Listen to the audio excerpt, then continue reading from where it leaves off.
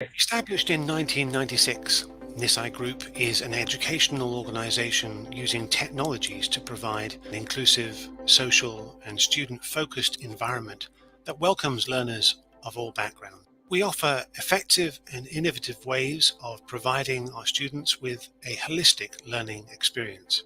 All registered schools within NISI are Ofsted inspected, courses accredited by awarding bodies including Cambridge.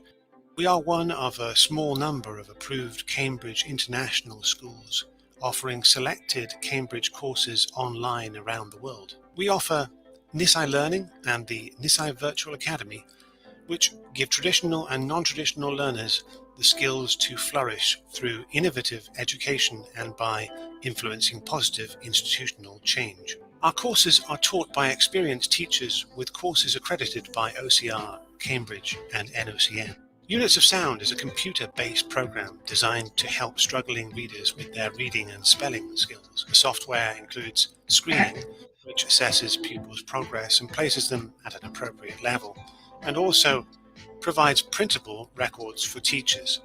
NISI Skills Academy supports students in completing their apprenticeship with recognized vocational and academic qualifications. By working with local providers to create programs that meet industry requirements, we ensure our students are prepared for employment. NISI Education Trust exists to answer emerging questions around maximizing the potential of learning in a post-industrial education system. We connect research and practice where innovation can take place and where proof of concepts can be worked through. Furthermore, we have a clear focus on maximizing the potential of those who are unable to access the current system. Since our inception, our programs have impacted students, parents, schools, and communities in many different countries where we operate.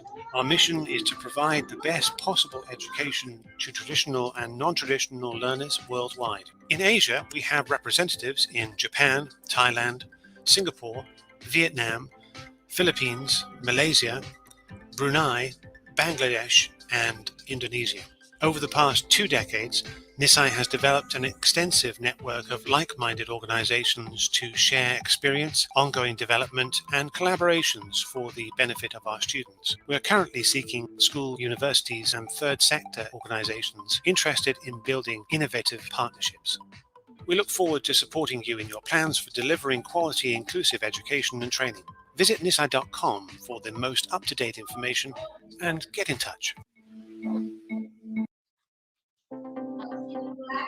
Established in 1996, NISI Group is an educational organization using technologies to provide an inclusive, social, and student-focused environment that welcomes learners of all backgrounds. We offer effective and innovative ways of providing our students with a holistic learning experience.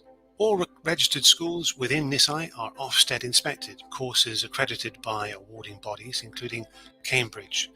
We are one of a small number of approved Cambridge International schools, offering selected Cambridge courses online around the world. We offer NISI Learning and the NISI Virtual Academy, which give traditional and non-traditional learners the skills to flourish through innovative education and by influencing positive institutional change. Our courses are taught by experienced teachers with courses accredited by OCR, Cambridge, and NOCN.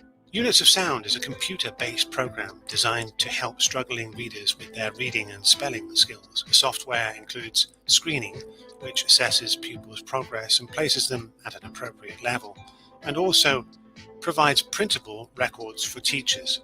NISI Skills Academy supports students in completing their apprenticeship with recognized vocational and academic qualifications. By working with local providers to create programs that meet industry requirements, we ensure our students are prepared for employment. NISI Education Trust exists to answer emerging questions around maximizing the potential of learning in a post-industrial education system.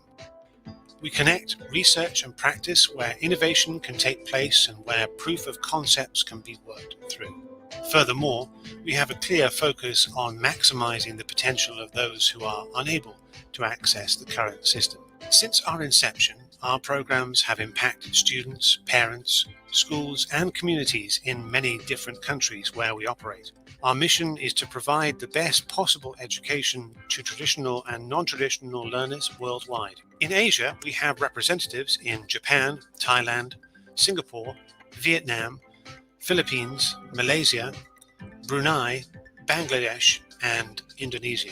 Over the past 2 decades, NISI has developed an extensive network of like-minded organizations to share experience, ongoing development, and collaborations for the benefit of our students. We are currently seeking school, universities, and third sector organizations interested in building innovative partnerships.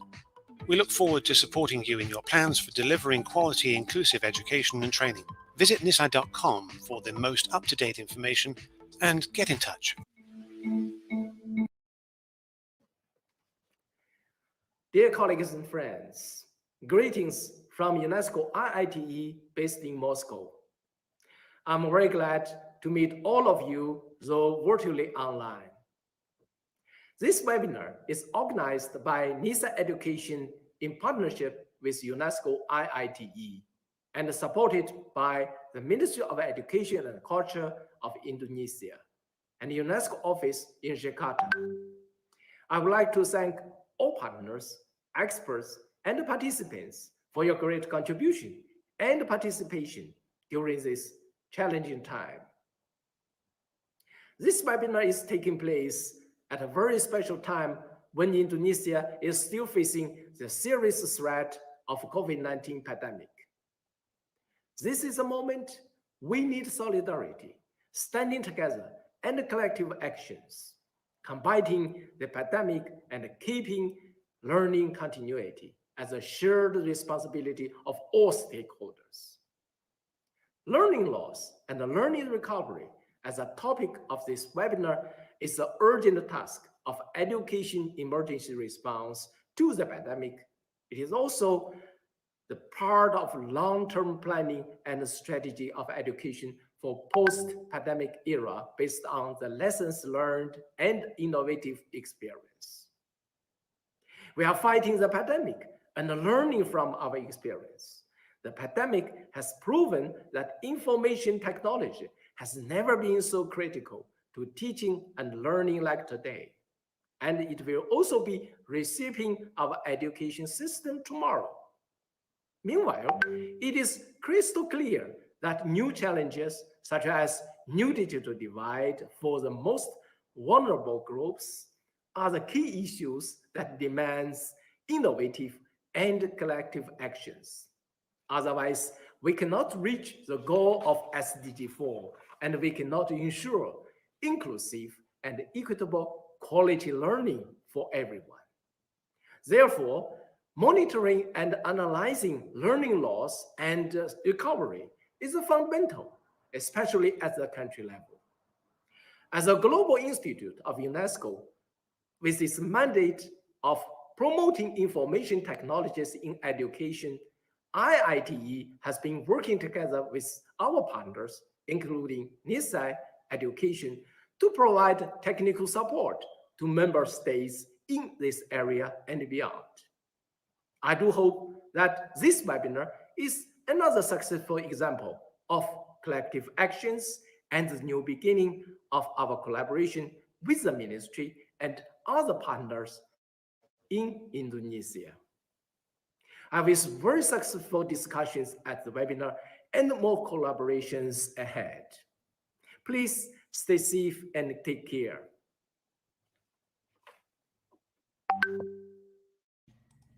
Assalamualaikum warahmatullah. Salam sejahtera. Good afternoon, everyone. I'm Huzair from NISA Indonesia. On behalf of NISA Education Trust and UNESCO IITE, I would like to thank all of you who are attending this webinar. I also will expanding our gratitude for our honorable speakers who will share to us the best practice and experience on how they managing the disruption of pandemic in the education sector. His Excellency Mr. Iwan Shahril, PhD, the Director General of Teachers and Education Personnel at Ministry of Education, Culture, Research and Technology of Republic Indonesia. Thank you for coming in time, we would like you to give a keynote speech. Also, thank you very much for Dr. Ben Smith, the Asia Pacific Director of Cambridge Assessment Education International, Ms. Natalia Amelina, Senior National Project Officer, UNESCO IITE, Professor Todd Cunningham from Toronto University, and Professor Mustafa Agung from Mula Warman University. I also would like to thank for the partners from media, education stakeholders, and also individuals who very giving their hand to make this webinar happen. For our information, until this morning, we received 1,800 more participants registered on this webinar. We hope through this webinar, we can learn how to manage the impact of pandemic in education and how to keep our optimism. Once again, thank you for everyone and please enjoying the webinar. Now, I would like to invite Mr. Paul Kinley-Side from Nisai Education Trust to host our webinar. Mr. Paul, please. Hi there, everybody. Can anybody? I'm just checking that everybody can hear and see me today. That's great. Okay, I just want to welcome everybody. This is the fourth or fifth of these webinars that we've done. It's an absolute privilege and an honor for us all to be here together and to be, with 1,800 colleagues from around Southeast Asia. The theme of today is how we really build that differently and how we use the skills and the knowledge that we've got to create the change. We have some amazing speakers today. I'm so excited to know that Dr. Iwan will be able to join us to give the view from the Republic of Indonesia, strategic view. We've also got Professor Mustafa and Natalia Amelina, who's joining us from IITE.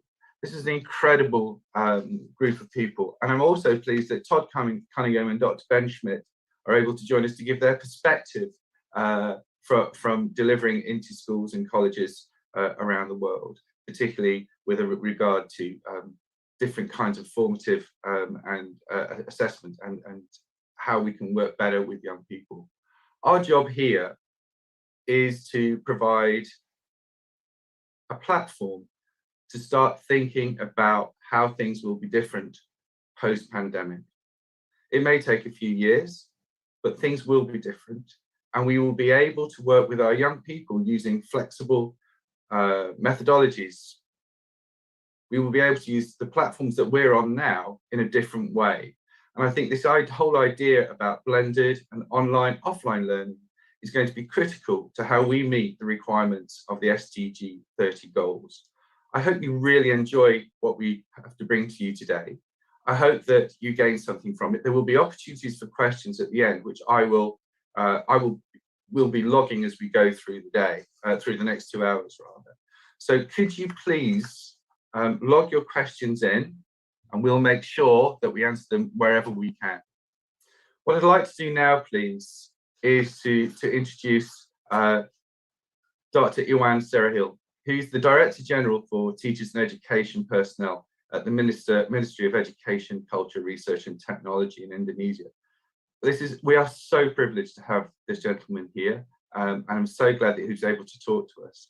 He's been actively involved in transforming education and rethinking what teaching and learning is, which is what we're all about as a trust and as NISI Group, for over 24 years, working in the States, Indonesia and Canada.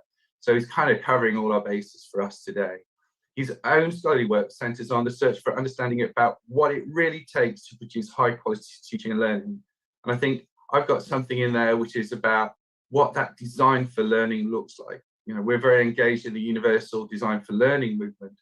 And I'd be really, really interested to hear what Dr. Iwan has got to tell us about this. So over to you, Dr. Iwan.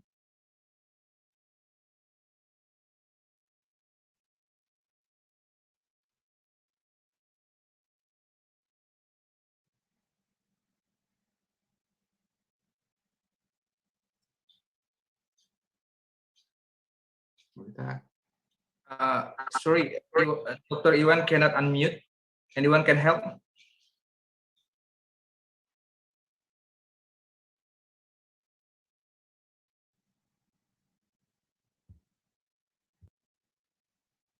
There we go.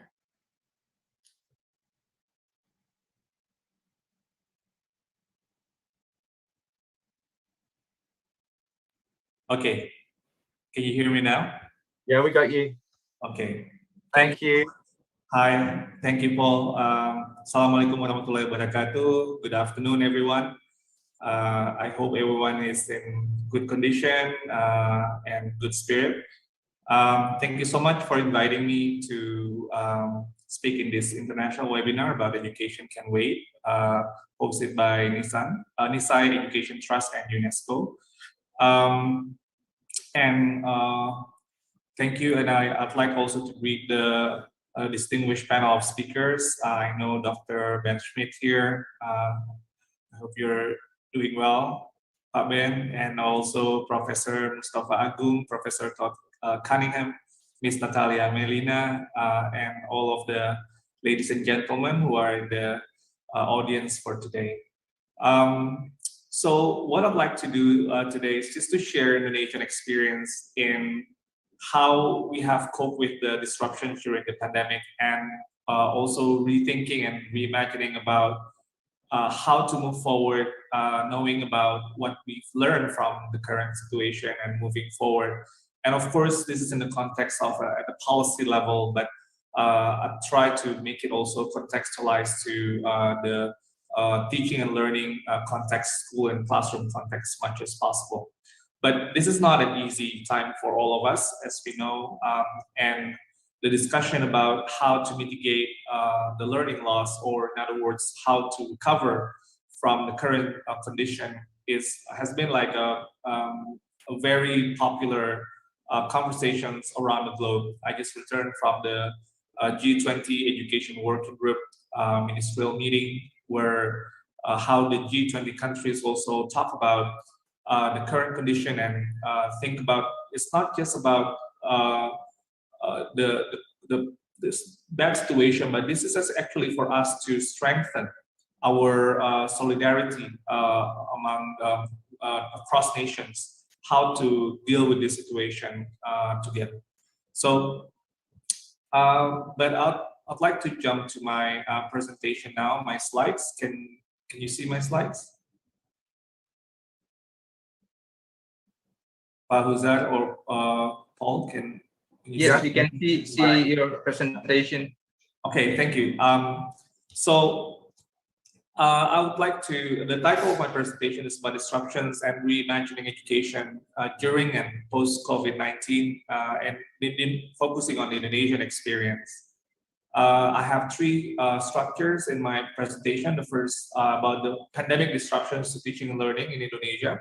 The second one is what we've seen, especially from the context of teachers and teacher learning in Indonesia, and then what's next, so what, and what can we do to move forward in terms of mitigating the learning loss.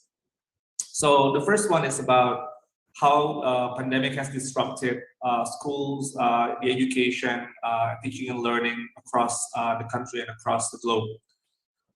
The first one is the core principle in terms of the public policy in education in Indonesia during the pandemic. Is the first one is the health and safety of the students, teachers, administrators, family, and the community are the main priorities in implementing policies about teaching and learning. So this is something that core principle. However, we adjust and make innovation in terms of the implementing policies, because understanding Indonesia is a nation with more than 50 million students and 300,000 schools and more than 3 million teachers spread in 17,000 islands. So this is like a massive system, and each has like their own condition. We have 548 local governments that have the authorities or autonomy to govern their education system. So this is not easy, because each region has like a different kind of situation, But the core principle is the health and safety of all stakeholders must be the main priority. And then at the same time, thinking about the development of all of our students and their psychological, psychosocial condition should be part of the equation when trying to formulate policies in teaching and learning. We have, because pandemic keeps asking us new questions, you know, like previously we thought that last year COVID would end by the end of the year, but then it's not, it's still happening. Even now it's Delta variant and Delta plus, and who knows what's going to be next. So situations keep changing. So our policies also have to follow with the responding the current situation at COVID. For instance, at the beginning, we decided to cancel the national exam because we could not have students gather in a big mass. And then we decided to simplify the national curriculum so then the teachers can focus on the most essential competencies for the students, so to make it more easier for them to conduct teaching and learning, especially for the lower grades, because they are the ones that suffer the most.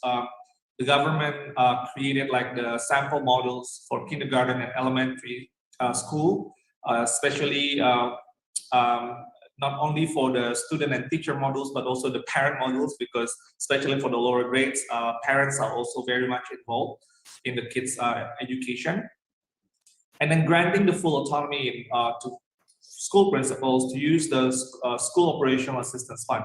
This is again like because of the context of Indonesia vary massively. So if a school needs more in terms of how to hire contract teachers, they can use that fund accordingly. If they need like for buying masks or building the sanitation facilities, they can use the fund for that. So whatever they need and whatever quota, internet quota, gadget for their students, etc., they can use it according to their own condition.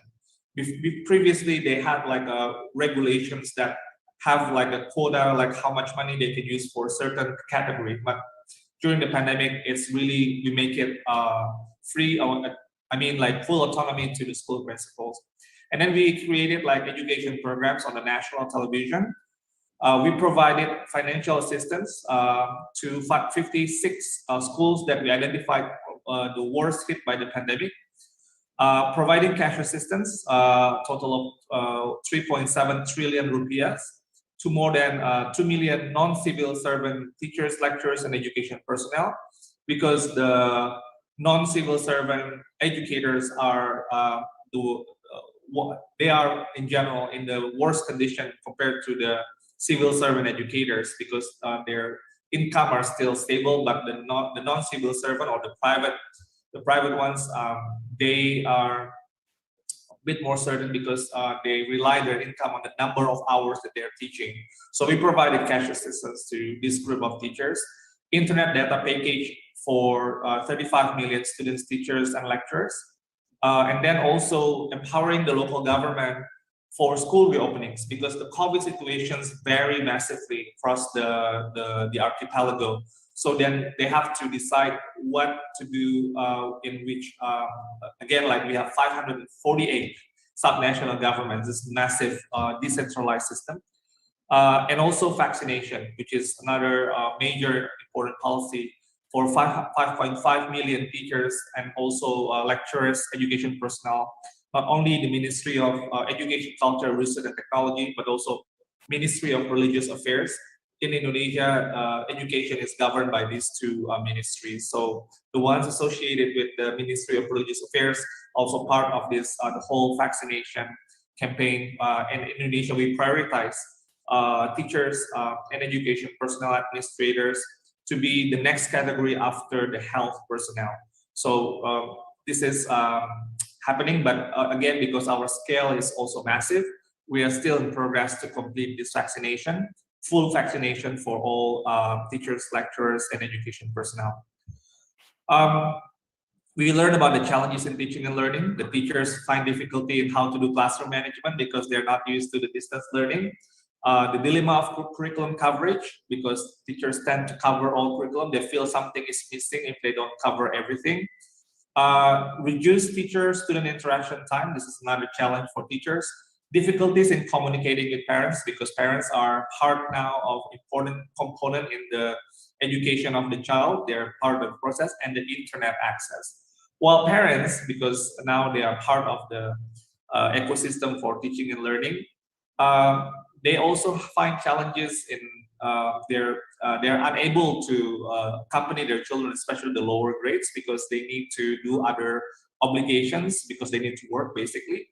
And if they find time, sometimes they find a difficulty to understand This meeting is being recorded. the lesson that they need to help their children to study, because maybe they didn't have that kind of lesson in the past. Maybe the level of education is also quite low.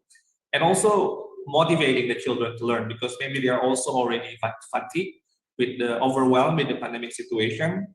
So they cannot be 100% when they motivate their children to learn.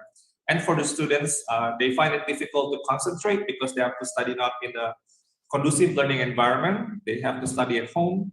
And if the teachers tend to cover the curriculum, they are overwhelmed with the assignments. They feel stressed, bored, depressed. And they not all of them have the access to the learning resources, especially if they don't have the internet access. These are the challenges that we found from our survey and our conversations. Many reports about how teaching and learning are happening during the COVID in Indonesia. For the school leaders, it's not just about the distance learning, but they're also dealing with other challenges. For instance, they have to think about the well-being of their school community, not only the teachers, but also the families of the students, the finances, especially for the private schools, how to allocate resources, because suddenly a pandemic becomes another equation that they have to think about, how to adjust with the online teaching, and also how to be in touch with the families, because suddenly now, because learning from home or distance learning, they need to be establish a regular contact with families. And this is not easy to do, especially with the geographic situation that can be very, very difficult for some schools in Indonesia. So those are like mainly the challenges. But what have we learned about how is it transforming, especially about teaching or teacher learning in Indonesia? So that's my second part. And we know that many people have reminded, including the UN, that the pandemic is actually, the disruption is an opportunity to reimagine and revitalize education. So what does it mean? First, it's a mindset challenge. I think most important of all, it's not about the skills, it's about the mindset. The first one is about to be comfortable with the uncomfortable. So with a lot of disruptions are happening and no certainties, I think the educators are, I think, strengthening the muscles of innovation, because when disruption is the new normal, we need to be comfortable with the uncomfortable. The second one is about learner. I think it goes without saying that to be a teacher, you must be a learner, but it's not as simple as that. But now teachers are learning and all the time. And the learning not because they want to get the certificate. I think they're learning because they want to solve the problem. And the problem is about the student learning, which is what we want them to, like the orientation of teacher learning is to help students to learn better. And the last one is about embracing the use of technology. And I think we see massively, including us now, how we are so used to now with a lot of webinars. In the past, even though we have access to technology, but we felt awkward when we do webinar, but now it's kind of like the new normal for everyone. And from our survey, we can also see that there are changes in how teachers teach. Well, number one and number two, basically, these are like the standard procedures in Indonesia, mainly. How like teachers, maybe after they use textbooks and then they give questions or exercises to students. But what's interesting for me is not, it's more number 3 and number 6. Here is assigning students to read supplementary materials, is to ask students to read books other than textbooks. And also number 6, assigning students to do projects or creative assignments. And these two have like the sharpest, the biggest delta or increase in terms of percentage compared to previously at the beginning of the pandemic. So this means that our teachers, including in the underdeveloped regions, are starting to experiment with new ideas that they never tried before. And this is very encouraging. I'm going to skip that, and I want to start with this, continue with this. This is the teacher learning platform that we created in October 2020. We launched in October 2020. And thus far, we have already more than 100,000 teachers sign up voluntarily. They want to learn, not because they are instructed by their supervisors, but they want to do it voluntarily. This is amazing. And about 70% completion rate. And we have 8 learning series now, and we keep growing the number of learning series for teachers. And the latest one is about strategies for teaching and learning in 2021-2022 academic year. Even places or remote underdeveloped regions, I happened to visit some of them in the past year, including in West Papua, for instance. I was there. These pictures were taken when I was there. They are involved in these training programs. These are in the very remote islands, underdeveloped regions. The internet not stable, but teachers are learning. Teachers find this platform very useful. And we calculated about now 20% of teachers in underdeveloped regions have participated in this platform. Again, like this number is encouraging and counterintuitive to the stigma or the stereotype that teachers from underdeveloped regions, they cannot participate in online learning. I mean, like, yes, they are still struggling with the facilities, and some maybe have no facilities for this. But for those who are like have like some kind of devices or some access, although quite poor in terms of the connection, but they're still able to finish the modules in the teacher learning platform, Guru Belajar dan Berbagi. And not only that, we also approach this platform with a different model, which is crowdsourcing model, where teachers from all levels and all subjects, they collaborated to share. This is like sharing lesson plans, lesson materials, and the platform is amazing. Since April last year, it has been accessed more than 86 million times. It has now more than 128,000 lesson plans and 700,000 more articles, and has been downloaded more than 22 million downloads, and a lot of collaborative actions too. And again, the content were created by the teachers. They shared with each other, and so teachers from all across Indonesia can see and they can learn and they can contribute at the same time. And this is amazing. The sharing movement around, across the nation about how to deal with the pandemic. So we want to continue doing this going forward. Now, about learning loss, we know that since last year, a lot of experts have reminded, please keep the schools open, because the risks for keeping schools closed far outweigh the benefits, because children will learn less and lose the habit of learning. The online learning is not effective. Parents struggle because they also have to work. And children who are out of school are more likely to suffer from abuse, malnutrition, poor mental health, dropout rate, especially for girls. Long-term impacts, like the World Bank calculation, could result in poorer, shorter, less fulfilling lives. Lifetime earnings for these children will be affected. And the worst damage is on the most marginalized groups, including the non-rich countries.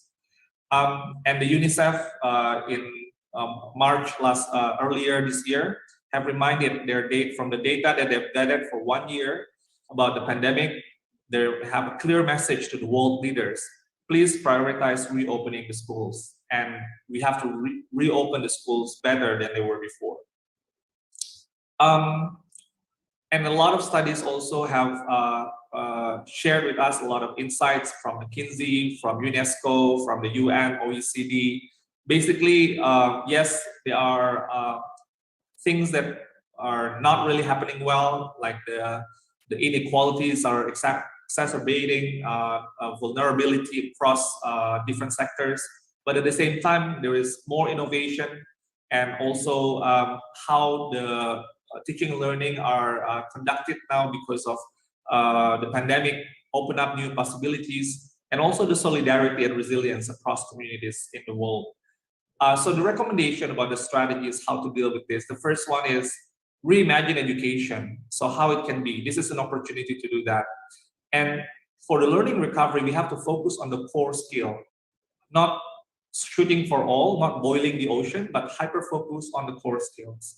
And then how to make sure that we have quality teachers and quality teaching, how to use technology, how to plan thoroughly for the school reopenings, equitable resource allocation, building resilient education systems, rethinking about the future of work, and also advance global solidarity. So a couple of things that we can see in Indonesia. First, the vaccination is very important for the school reopening. We have to keep pushing this. We need more vaccines and also the health professionals that can do the vaccinations for all the schools in Indonesia. We created a policy for the school operational assistance. It varies now across region, not previously one size fits all. So the number of the amount of money for the school operational assistance in Jakarta is the same in Papua. Now we can see, like, for instance, the difference now, it's not the same. And it depends on the construction cost index. For example, now this one elementary school in Papua, previously it was 900,000 per student. Now they can get almost 2 million, 1.9 million rupiahs per student. So it's about 117% increase compared to previous one. And it's the same for other regions and other schools, because we calculate this based on the construction index.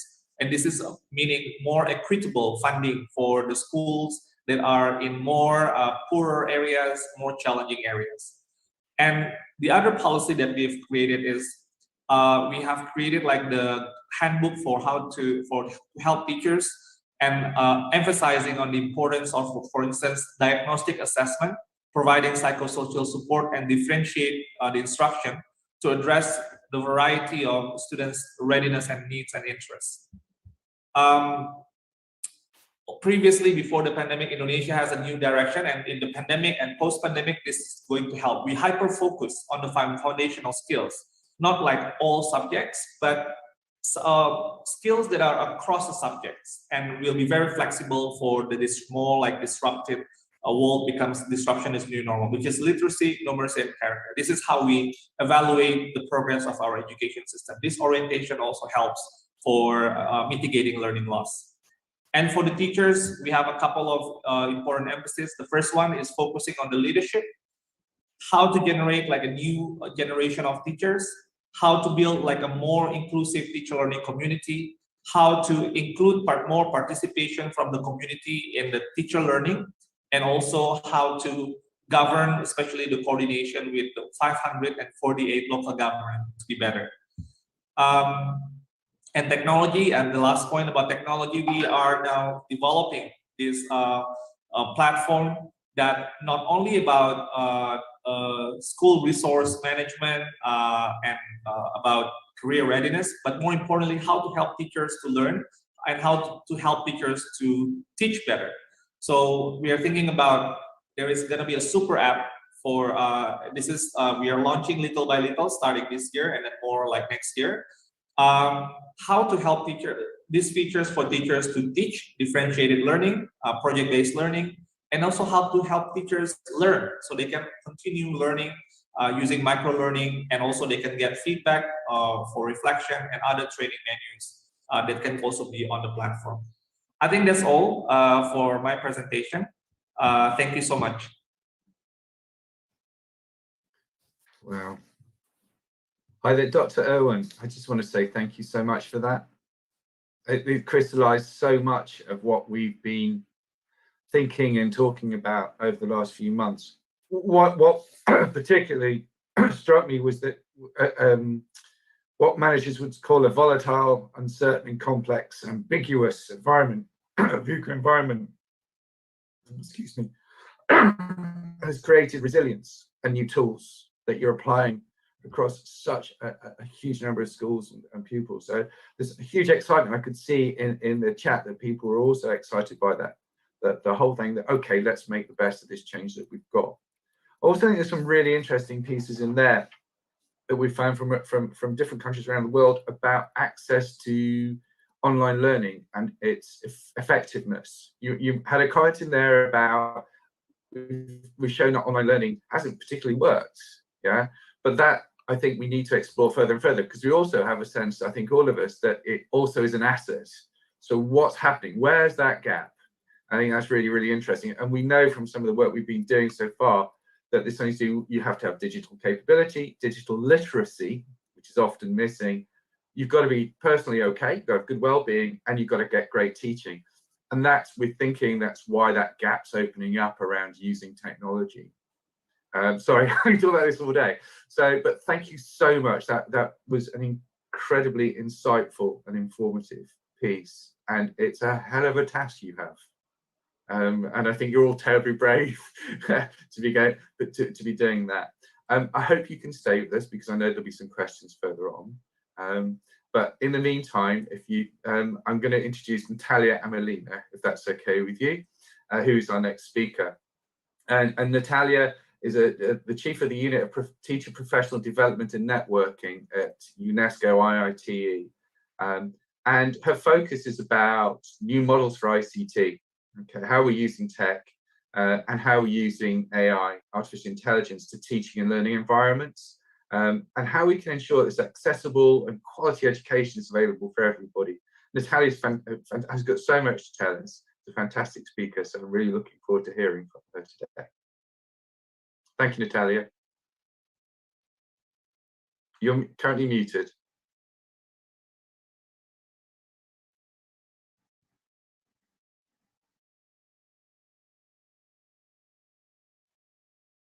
Okay. Yeah. Okay, that's fine.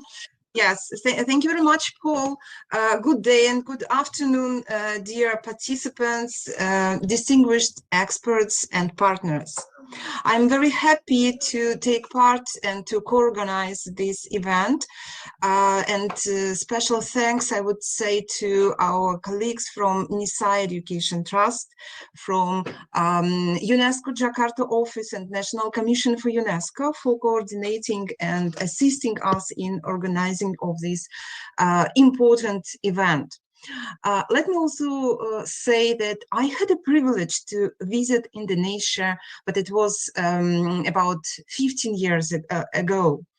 You know, I was really impressed by the spirit of this country, by its hospitality and its culture.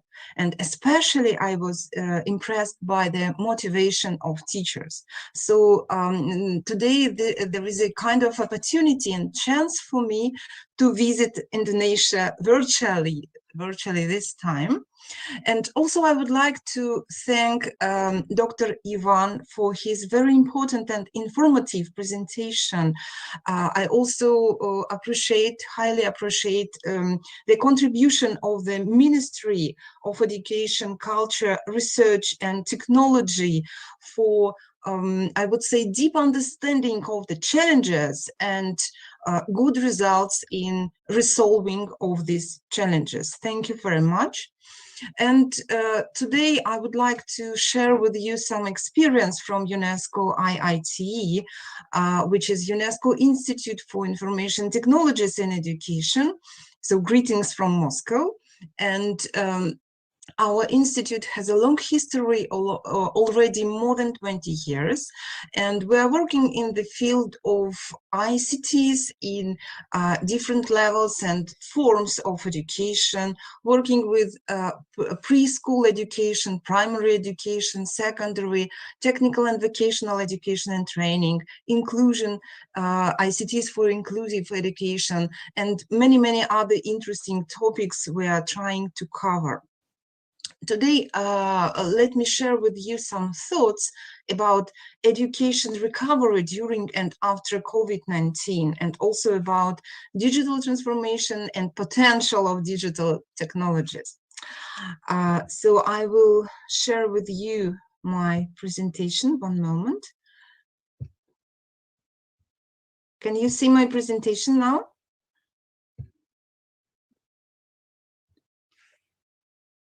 I hope.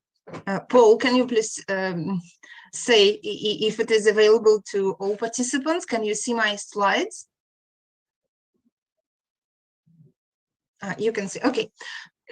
So as the world enters a second year living without COVID-19, the pandemic, half of the global student population is still affected by full or partial school closures. Exactly a year ago, the COVID-19 pandemic created the most severe global education disruption in history. This pandemic exposed the shortcomings, fragilities, risks, and inequalities in the education within and across countries. As figures before May of this year, around 12% of the world student population affected by school closures and 210 million learners are out of school. This number continues to grow. Global education is still facing one of the most important crises: school dropout and learning loss. The longer schools stay closed, the higher the risk of children and youth losing out on their future. Around 24 million children and youth are at risk of dropping out. A new UNESCO study shows that over 100 million children will fall below the minimum proficiency level in reading due to the impact of school closures. Teachers require training and support on adjusting curricula and assessment methods to measure and mitigate learning losses and prevent vulnerable students from dropping out.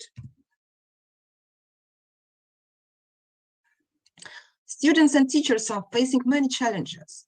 There is an evidence shows that average loss per student is around 25 weeks during the last year. Learning inequality has also increased as a consequence of COVID-19. And I need to say that vulnerable groups are at higher risk. According to the United Nations statistics, around 1 billion persons with disabilities in the world are among the hardest hit by COVID-19. The learning loss could be diminished by mitigation and remediation strategies. The planning of distance learning programs should be aligned with sector-wide strategies to respond to the student interruption of education. The planning should be guided by a concern for equity and inclusion and the need to design to deliver distance learning in ways that do not accelerate existing educational and social inequalities. The planning of more comprehensive distance learning strategies should, however, be guided by both immediate mitigation needs and long-term goals. So with remedial actions, we know that the impact gets reduced to half loss, allowing the student to recover at least partially the initial losses. In October last year, UNESCO convened a global education meeting where world leaders and partners expressed their commitments to protect education financing and safeguard learning from the impact of the pandemic. From the onset of the crisis, UNESCO and its more than 160 partners through the Global Education Coalition have been mobilized around three central themes. They are connectivity, gender, and teachers, to ensure that learning never stops during this crisis. From keeping schools open to bridging the digital divide, from addressing dropouts and learning losses, to calling for more educational funding, UNESCO has been leading the way through intensive partnerships and innovations during the past year to prevent a catastrophe. and to build more resilient and inclusive education systems. The purpose of this coalition is helping to build more resilient education system for future. When facing the COVID-19, a major educational crisis, Global Education Coalition is taking responsibilities on mobilizing actors and resources to develop effective and a unified response, coordinating actions to maximize impact and avoid overlap and research the disadvantaged. The Global Education Coalition provides distance learning solutions, including resources to provide physical support, digital learning management systems, systems built to use on basic mobile phones, systems with strong offline functionality, massive online, open online courses and its platforms, self-directed learning content, mobile reading applications, and many other tools. You may find it in an open access at the UNESCO.org platform. You may find it absolutely on the internet. So let me also inform you about the teacher leadership. During periods of national lockdown, teachers often need to play multiple social roles as home-based providers of education. This includes roles of designers and implementers of teaching, facilitators of learning activities, peers of learners, family members, and agents of connection with parents and schools, as well as communities. It is important to support teachers' well-being, social, emotional competencies, and during and after the crisis. Without face-to-face communication and the ability to leave home, teachers have to adjust themselves to their practices as home-based education service providers. The lack of physical interaction and physical school settings are major limitations. To mitigate these limitations, teachers should consider how to make effective use of existing resources and transform themselves into designers and facilitators of home-based learning settings that span across time and physical space. UNESCO also supports teachers and prioritize teachers at the national level. With support, teachers can play multiple roles in the process of distance learning during the pandemic crisis. They can become valuable leaders, resource integrators, and designers of the learning settings. To ensure the quality of distance learning, teachers also need to reformulate the classroom experience, pay attention to the emotional state of students who are situated remotely, and provide guidance to parents. It is important to say that recently UNESCO developed special guidance for teachers on this topic, and you can find this guidance on the internet at UNESCO platform. This is the guidance which is titled Ensuring Effective Distance Learning During COVID-19 Disruption, Guidance for Teachers. UNESCO, and especially our institute, the Institute for UNESCO, the Institute for Information Technologies in Education, supports teacher professional development with ICT-empowered innovative pedagogy. What we are doing in this field, first of all, we are collaborating with UNESCO member states and develop national ICT competency standards for teaching. teachers. Mostly this work is based on ICT CFT. This is ICT framework for teachers developed before the pandemic, but we're trying to adopt this regulation, this framework, to the current demands of the situation. Then we're trying to develop training materials for trainers and school leaders on ICT integrated pedagogy, closely tolerated to specific country conditions and needs. We're providing assistance to teacher training institutions in reformatting their training courses. Before the pandemic, and I believe after the pandemic crisis, we will have face-to-face and face-to-face events, and currently we are organizing online workshops for teachers. And in addition to it, we also have research, different types of research on best practices, different types of assessment of the current situation with the interviews, questionnaires, and we are disseminating the results of this research with the UNESCO member states. I will inform you more about IITEs, our own activities and events during my presentation today in a few minutes.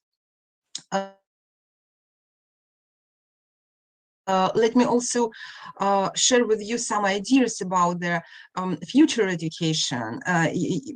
We all understand that the current situation impacts the course of development of education and methodology much, so we need to take into consideration a number of issues related to education. Today you had a chance already to listen to our director, Mr. Tao Zhan, and I need to say that more than a year ago we have also established a special IITE coalition. We invited partners to support us in resolving problems and challenges related to COVID-19 and school closures. Let me share with you some of our activities. First of all, I would like to tell you about our project in Africa. We have a number of projects for African region. And this one is about inclusive education, and we have two targeted countries there, Rwanda and Mauritius, and we're trying to support opportunities of local communities to strengthen inclusive education and using digital technologies for it. So recently we developed assessment for both countries, and based on the results of this assessment, we will move toward development of training programs, toward trainings by itself, and supporting national government in development of special priorities in ICTs for inclusive education. Another example of our activities is a project which we are implementing jointly with the Chinese company, which is Weidong, building future schools throughout ICT competency development. So we have chosen several countries, both in the African region and Asian region. Among the Asian countries, I will mention Kazakhstan, Kyrgyzstan, and Uzbekistan, who are working with us closely on promoting technical and vocational education and training, and digital potential for improving the quality of TVET, of technical and vocational education and training, and accordance to our project, we will establish pilot schools and equip it with advanced smart classrooms. These classrooms will serve as a platform for collaboration and for teacher training, for teacher professional development in these countries, in our targeting countries. We have also another project with the Chinese company Huaxi Education Cloud Education Group, and for this project we are working with UNESCO Aspinet schools. Probably you know that UNESCO has several networks, and one of them is UNESCO Associated Schools. I believe Indonesia also has a number of projects related to this UNESCO network. And again, this project is devoted to strengthening teachers' ICT competencies. We're trying to make connections between the countries and between the schools in this field. We have co-organized this webinar jointly with NISAI, with our partners NISAI, and I'm glad to say that we have a very successful joint project with NISAI group. This project is focused on the Russian Federation. However, we plan to have more interesting activities all around the world and probably for Indonesia as well. And this project is devoted to SDG goals and how ICTs can support achieving of sustainable development goals. First of all, sustainable development goal number 4, which is about education.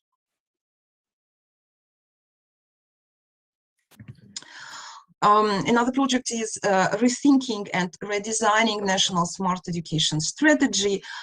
We just have started this project, and we have very important and well-known international partners, which is ISTE, Commonwealth of Learning, and National Research University Higher School of Economics, which is, this one is from the Russian Federation. And we are going to design a smart education, national smart education strategy, and to have some key points, some framework for successful implementation at the national level, some ideas on smart education. And finally, let me mention about our project related to teachers. Currently, we are working on creation of a platform to teachers. This is a kind of e-library for teachers. It will help teachers to find resources. This platform will also support teachers in getting their competencies and they can get trainings based on this platform. We are also plan to have some networking and collaboration with different countries. And currently we plan to have this platform in 3 languages. They will be English language, Arabic language, and Russian language. Probably in the future we can also add some more languages for this platform, but this is a kind of piloting beginning. So I think at the end of this year we can share with you. Please find it at our website. You can find the link to this platform with some resources from IIT, from UNESCO, and from our partners as well. I think this is all from me for now, and again, thank you very much for your attention, and please stay safe. Back to you, Paul. Thank you so much, Natalia. There's such a lot in there, and again, I was monitoring the comments as we go, and there's some really big strands that are appearing, aren't there, for as we get the learning out of the pandemic. The things around teachers and their relationships to technology, and what that technology might look like, and what that relationship might look like. There's also, I think, coming from, I think it was Sheila Pena, about saying, wow, we've got to take we've got to take real note about the emotional state of children, emotional relationships with their teachers, what is happening around them in terms of their well-being, because that's be critical for the ability to learn. So thanks again, as always, Natalia, that's brilliant.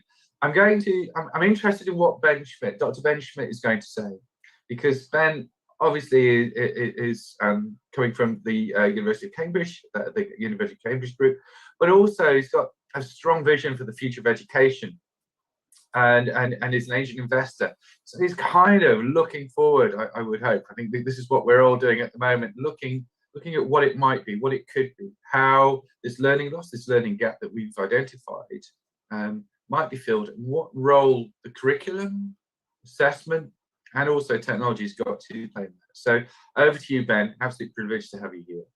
Thank you very much, Paul. Delighted to be here. As Paul said, my name is Ben Schmidt. I work for Cambridge International, the largest provider of international education programs for the primary and secondary school age range worldwide. And when Paul said I'm probably going to look a little bit into the future, then I would say the horizon for that, for this particular presentation, is relatively near future, I would say. So not like years away. And I look at it, of course, from the perspective of an organization that offers assessment also, and the role that we may be able to play in it. Because we find that our organization works, I should say, with about 10,000 schools in 160 different countries. So, and somehow the experiences of these schools in certain ways inform, of course, all our thinking, as we're in constant communication. And so we find, that's maybe not a surprise, that educators around the world are concerned about the impact that COVID-19 has had on their students, on their learning and progress. And so really two questions arise here, and when we're asked to look at learning loss. First of all, we need to understand how much learning has taken place during the pandemic. How will we know? And then what can we do to address any gaps in learning that we may uncover? So far, so straightforward. Just for those who don't know Cambridge International so well, we're part of the University of Cambridge, and we look at primarily assessment and curriculum. So we give education programs for international students, and also then support the teaching and learning in those schools worldwide that offer an international program. So with this Cambridge pathway that offers certain subjects such as maths, English, science, and quite a few others from primary school, and then up to having between 70 and 90 different subjects to choose from as they then progress to A levels and then university with these programs. So that is simply the background to, from which I will be talking. And here's the summary of what I'm about to say. I want to start by saying that learning loss means very different things for different people and affects different students in different ways. So for example, a student might say, we didn't actually got to cover the whole curriculum in the time in which we were supposed to. That would be learning loss in terms of lacking coverage in breadth.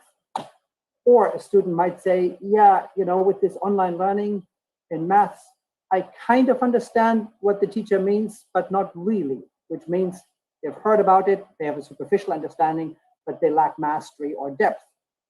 Then a teacher might say, your daughter's progress in literacy was less than we expected. So that means we're making slower progress, or there was less value added, as the term is, compared to an expectation that we may have had. And then, of course, a parent might observe that their son now, well, I suppose they know how to use Zoom now. They also learned how to keep themselves entertained when they were bored during an online lesson. So there's been learning, good or bad types of learning in unexpected areas too. So it means many different things. The other thing is that this is not the first time that teachers and schools and the education system deals with learning loss.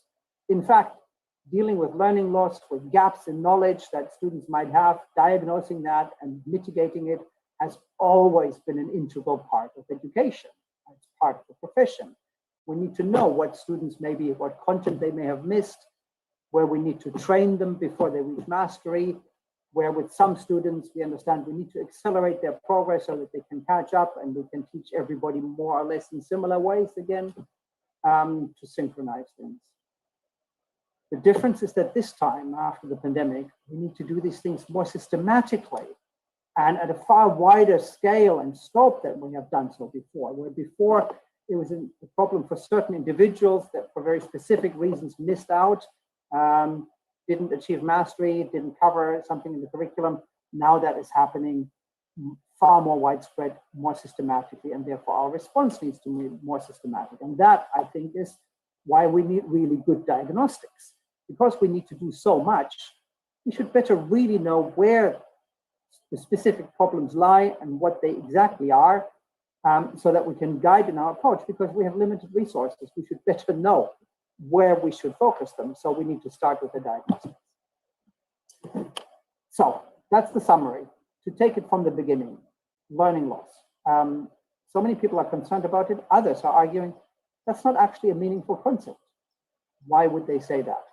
And I think there's a partial truth in why people may be saying that. Some will say children will always learn, right? So whether they're school or not, they will learn something. That's true. But they might, what they learn might not always be what others want them to learn, what the curriculum says that they should learn. And sometimes, of course, it may also be not as fast as it would have been, not as directed. So school typically adds more value to a particular kind of learning that the child might have than what they would otherwise naturally pick up. But there's no denying that children will be learning, for better or worse. Then others say learning is never lost.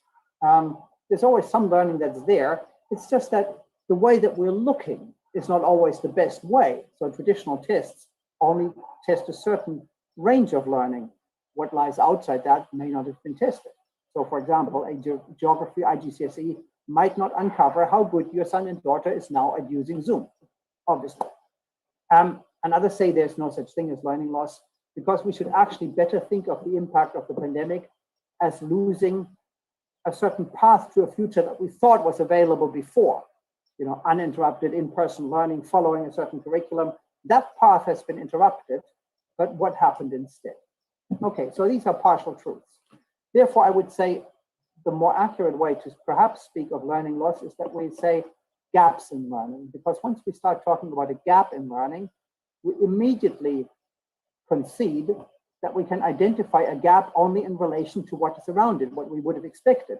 There's, for example, a gap in a wall only because there's wall around it, and then there's a hole, and we expected there to be something, and where there's nothing. So a gap. And that gap, therefore, can only be identified in relation to what we would have expected. And that, I argue, can be either a curriculum or a notion of expected progress over time. That's typically what we compare to when we say learning loss or gap, compared to a curriculum. So we're saying that there's a reason to have a curriculum. Why? Because we should be explicit about the knowledge, understanding, and skills that we want children to develop. And we should articulate that, those kind of expectations, in the form of a series of learning objectives that have a meaningful sequence to them.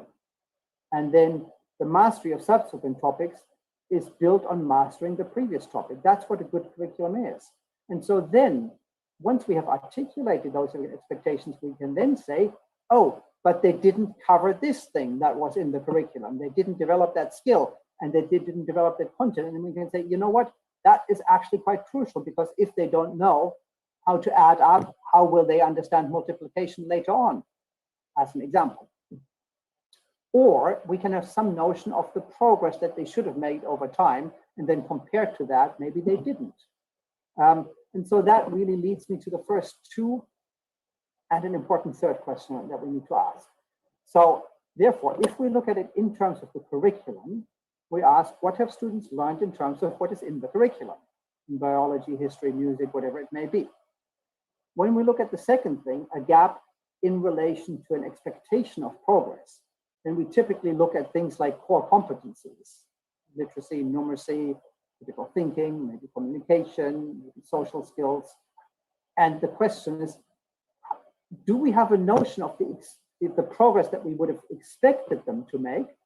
And I'd say, as an education community, we have made quite good progress in terms of defining, for example, expected reading age, expected numeracy levels, even critical thinking, So compared to those expectations, whether it's averages or aspirations, we can then identify individuals or groups that may have fallen behind compared to what we expected.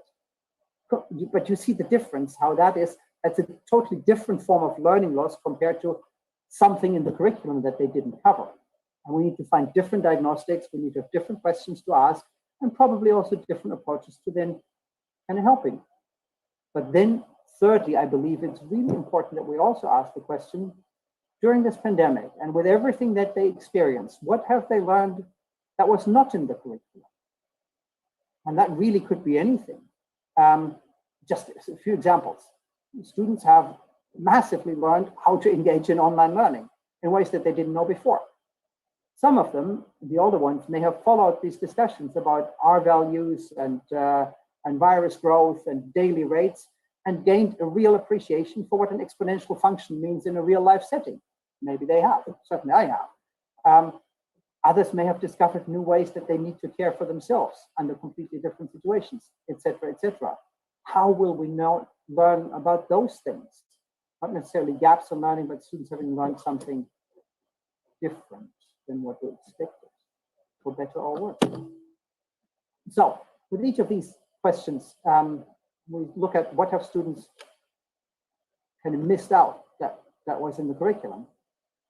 We need to start by gathering relevant data. So what knowledge, understanding, and skills against the learning objectives as defined in the syllabus do they have? And as an assessment organization, we have tons of materials that help you do that, starting from the syllabus document to particular tests, that you can do, formative assessments, you name it, it's all there. From that data, you can then seek to understand where are gaps in mastery related to previous curriculum areas and how important are they in terms of knowledge progression and understanding and skills progression to really fill up those gaps as a precondition for the mastery of the next. And then to begin with the end in mind, meaning to say, let's target those. Why do we test these things? Because so that we can target exactly those areas in the curriculum that students have insufficiently mastered and they are important to progress, because often it's a spiral curriculum. If you didn't master the previous topic, how will you struggle in the next one? And there's a real danger of exacerbating gaps.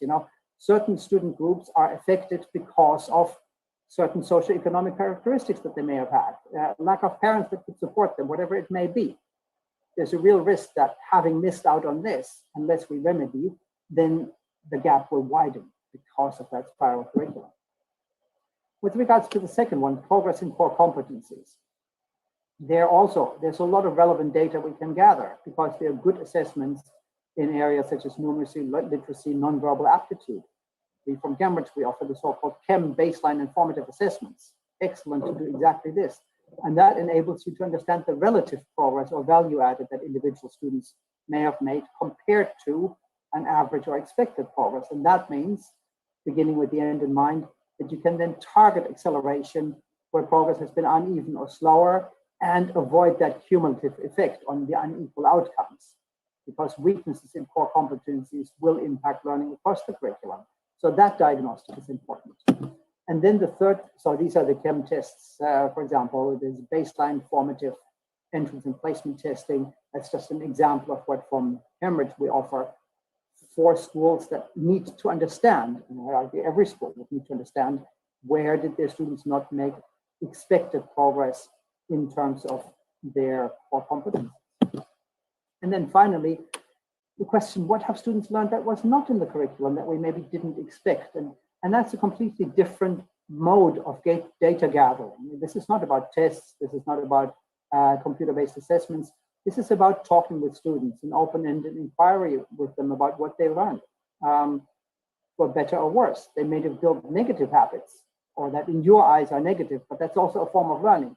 And the question is, what positive, what learning have they had? Is it, in our views, a good or bad one? How can we deal with it? And so need to understand not only the knowledge, understanding, and skills that they have internalized, but also habits, values, competencies that they may have internalized or missed out on, such as playing with friends, other than online. And beginning with the end in mind, let's look for the positive learning that has arisen that we didn't expect. How can we build on it?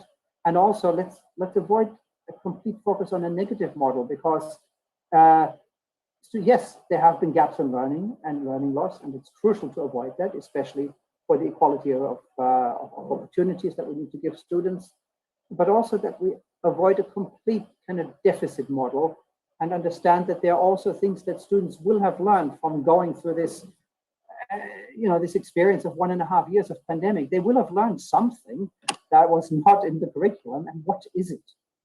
Let's find out. One way to do that, just from the Cambridge perspective, one of thousands, is, for example, we define what we think a Cambridge learner is. We believe that these are the kinds of attributes that they build as they go through the Cambridge pathway, that they will become more confident, responsible, reflective, innovative, and engaged. And we can ask them, after these 1.5 years, are there areas in which you're more confident, or in which you have become less confident than before? Are there areas in which you have taken responsibility in your life that you didn't do before? Working online, do you feel more or less engaged with the subject, with your friends? Let's think about those things too. And so, in summary, then, learning loss can mean so many different things for different people, affect different students in different ways. We've always done this. We just need to do it more systematically and more wide-scaled now. That's why we really need good diagnostics. They need to be accurate and holistic. And this is my point, I think the main point, in looking for this kind of what gaps, what loss of learning, but also what new learning may have emerged, we need to look at it from different perspectives. From the curriculum perspective, from the perspective of progress in core competencies, which has become more measurable as we made progress in education. But then also we need this qualitative approach in us. Just be really open-ended and curious about what does it mean for young children and older children to go through their lives with suddenly 1.5 years of a pandemic. No one of us experienced that as a child, as a young person. And we cannot a priori know what it means to them. And I think it's really important to talk with them and find out. And that's also part of addressing learning loss and learning recovery. Oh, thank you, Ben. that was a fascinating take on it, and I'm minded about sort of the positive psychology approach, where instead of having a SWOT analysis of strengths, weaknesses, opportunities and threats, where you have a looking at things through strengths, opportunities, aspirations and results. There is no weakness in there. There is just a different kind of game. And that's a joyous thing to be hearing today, I think. I think that positive approach. And I saw in the comments there a message from Flora Arlano, which was there might be quality loss, but not learning loss. On the other hand, there are also quality gains in terms of adaptive learning strategies, training for teachers, learning modalities. So there is something here that is about maybe our psychological framework, having been in quite a challenging space for the last 18 months. And ready for change. So I think that was really positive. And I love the idea of learning gap. Learning gap. If I look at a wall, I can see a brick that's missing. What does that brick look like? I think that's very, very strong. Thanks, Ben. That was awesome. Thank you very much, Paul. And I think you asked to confirm that my slides will be available to participants. They're already there. Thank you so much, Ben. Thank you. I'm going to go over to Todd Cunningham, Professor Todd Cunningham from Toronto. He's the chair of the school and clinical child psychology program there. And we've done work together for a few years now. And he has been looking at what's happening for various groups of learners during the pandemic.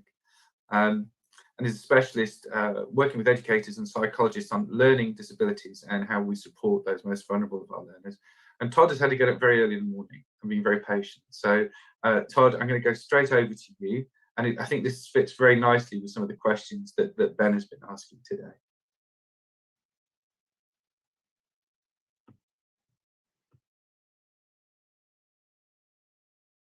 Hi, Todd, you're muted at the moment.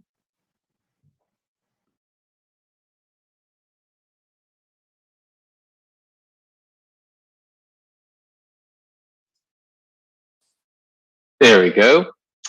Thank you very much for having me, and thank you to all those great educators out there who are working hard to be preparing for our return to what school may be like in the future. Today, I really want to kind of talk about kind of what are some of the things that we as educators really need to be thinking about in terms of how to support our students, because our students are going to come back with a whole variety of different lived experiences over the time that they have been away from us. As many of the speakers have already talked about, as educators, we really need to be thinking about the types of learnings that have gone on, but also what are the areas of challenge that these students are having, and that not all students are going to be having the same types of challenge. Now, when we talk about education, you know, as educators, we know that learning is very complicated. We have our kind of the core curriculum that we want to teach in the areas of biology, history, science, music. But to be able to teach those curriculums, we also need to be able to understand the learning profile of the students who are coming to us. Now, to be able to learning is very complex. We need to be able to use our senses to bring information in. We need to use our motor controls to get those things out, to be able to express and manipulate. We need to use our cognitions, our reasoning capacities, and our attention to focus on the area of learning. We need our oral language ability to communicate and understand what is being given to us. And we also need to feel good and feel safe in the environments that we are in. If we don't feel safe in the environments that are in, then what we know is our brains kind of run and worry about those environments, and it detracts from our ability to attend to the learning that can be there. Just because I'm physically present doesn't mean that I'm mentally present. And all these things are needed to kind of allow for the key skills, or what I call core academic skills, to develop. Our ability to organize our materials and our time and information, our ability to read and get information from text into our heads, our ability to express our ideas in the written format, and to be able to use math to be able to solve problems. To do this, we need to be able to take notes and also kind of critical thinking. And these core academic skills, these are the things that as educators, we have to teach our students. These don't come naturally to students. We have to be able to teach these skills over time so that all students are able to engage within the learning. However, we know that when students are away from school, that these core academic skills, they don't develop at the same rate. We have a whole host of data over years that really show that when students are in school, our core skills such as reading and mathematics, they're developing nicely over time. However, when summer comes, when students are no longer engaged in learning, there is actually a loss in those academic skills until the fall, when students engage in school again, and we develop those skills over the course of a year, and then students lose those skills and develop and lose.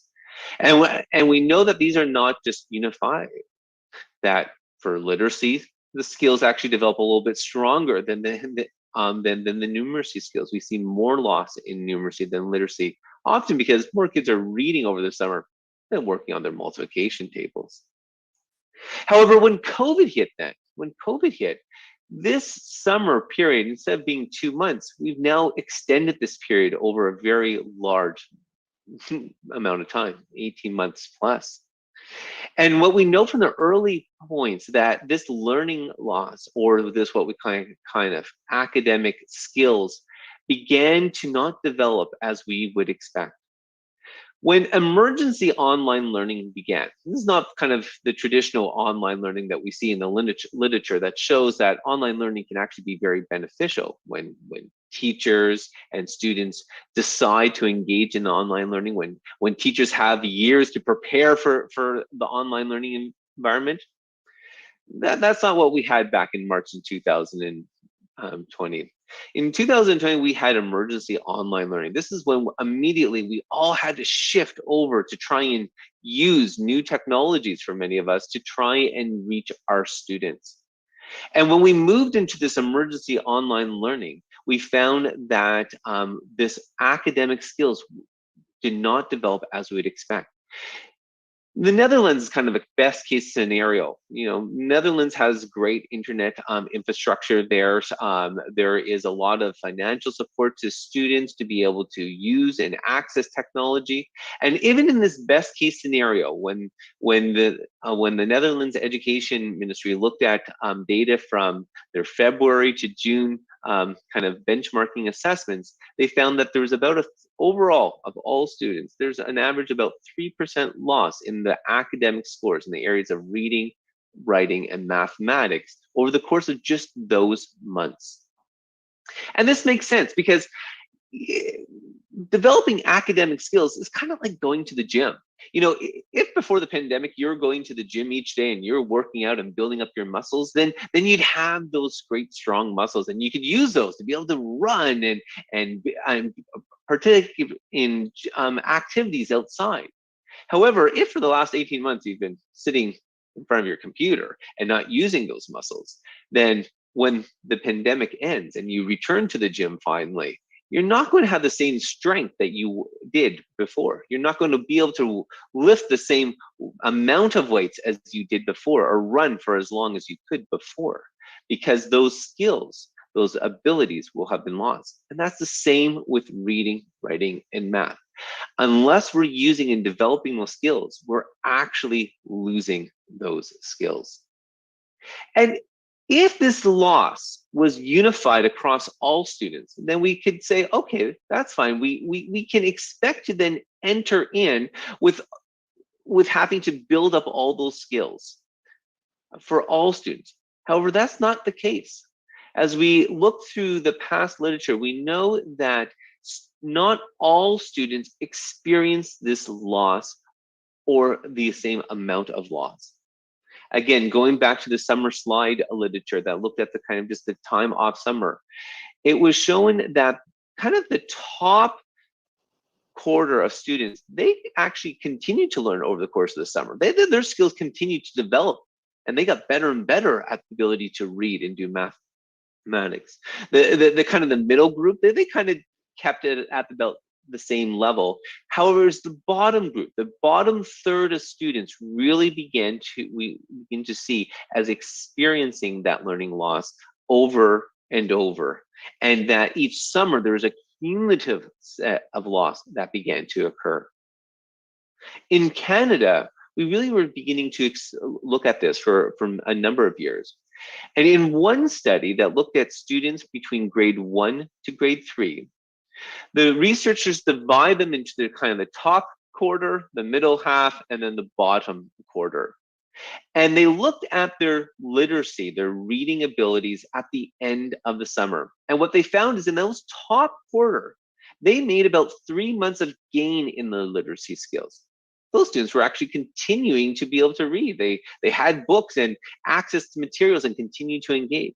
However, that bottom quarter, these students actually lost about 3 months of literacy skills.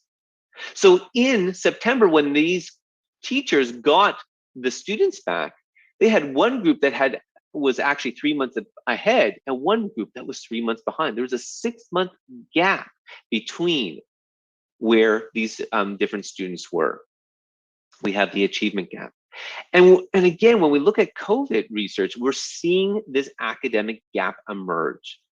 In China, where middle school there's this one study in China in looking at middle school students. They looked at students who had access to online learning and those who did not have access to online learning. And they found that when it comes to kind of the national scores around literacy, that about almost those who didn't have access to online learning there was a gap about 0.22 standard deviations. So we see that these gaps are emerging between our students who have and those students who have not. And when it comes to kind of understanding this divide between our students, we really know that those students who have access to materials such as devices, the good quality internet, access to our parents being able to bring home materials for literacy and numeracy, When students have access to this, they can continue on working those academic skills, developing those academic skills. When students are in a supportive learning environment, where parents value education and encourage the development of those academic skills, students continue to thrive. And when students don't have or have the ability to learn, then that works. But when students don't have those access to those learning, when there's not enough devices at home, or students don't have internet, or parents don't have money to be able to buy literacy and numeracy materials to be able to support their students, then there's an access issue that we run into. When students don't have that support environment, maybe because parents are looking after loved ones who are sick, or parents are having to work and aren't able to be at home to be able to support their students. Or in some households, education is not an area of priority. There are other priorities to be able to support the family that are viewed. Or if students don't have the ability, if students have attentional difficulties or learning disabilities or learning challenges, then it's hard for them to be able to engage in that learning. And so it's the students who don't have the access, don't have those social supports, or don't have those abilities that we really begin to worry about as being part of that bottom quarter group who aren't developing their academic skills as we expect them to do. And so what do we do with those students? Then we have to target those students. We have to be able to distinguish who are those weak students who have not developed those core academic skills at the same rate over the course of the last 18 months, and really target those. Because in the past, when we look at the research, we see that when we do that, we can begin to support those students. So how do we do this? Well, it's a really exciting time in education, because it's the first time that we actually have the tools to be able to identify quickly who are those students who aren't making those developing the academic skills at the rate that we'd expect them to do. And we know how to begin to intervene to be able to support those students being able to reach them. There's a set of tools, assessment tools out there called curriculum baseline measures. These are 1 minute to 3 minute kind of assessment tools that you can do with a student, an educator can do with a student, to be able to gauge how is their reading, writing, or math abilities developing. Are they at the level that we would expect them to be compared to the other students within their class? These curriculum baseline measures are kind of like a thermometer in education. We can quickly go in and test, is there something wrong? When my daughter complains that she has a headache or is not feeling well, the first thing is to do, we get the thermometer to say, is there a fever there or not? And if there is a fever, then we know that there's something that we have to do. And if there's not a fever, we say, okay, she's just complaining. With curriculum baseline measures, we can go in and quickly assess, is a student meeting the or have these essential academic skills to be able to do the work that we're going to expect them, or don't they? The way that these curriculum baseline measures work is we provide them in reading a passage, and we just ask them to read out loud for us for 1 minute. And whenever they don't know a word, we just indicate that they don't know that word or misread that word. At the end of 1 minute, we just add up how many words they got right. And this score can be compared to either the classroom scores to be able to see where does the student fit with all the other students, or compared to national norms to be able to see where they fit.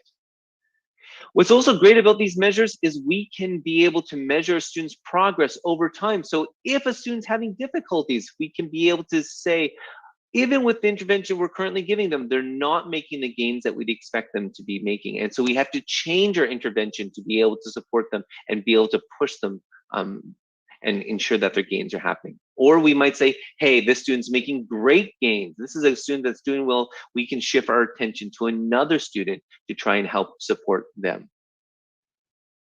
And in the end, we know how to support students. There's a wealth of information out there about how to target these academic skills to ensure that we are being able to develop them at an appropriate rate, to be able to help students acquire these essential academic skills so that they are able to engage in the day-to-day learning. We don't have to treat all students equally when they return in September. As educators, we are going to have a large divide of our students' abilities.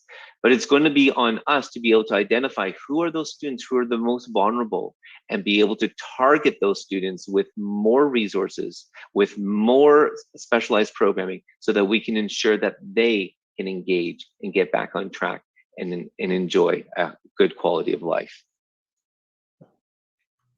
Wow, Todd, thank you. That was, again, very powerful and fitting in, I think, with the work that we heard from Natalia and that we heard from Ben.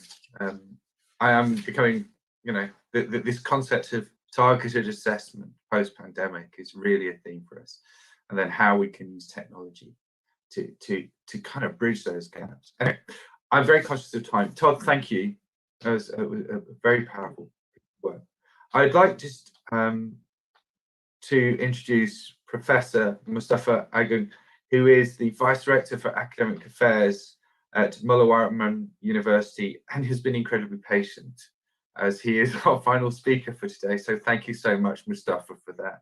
And he's a renowned international academic who's worked at Texas, El Paso, Tokyo, and also in the Netherlands, as well as Melbourne.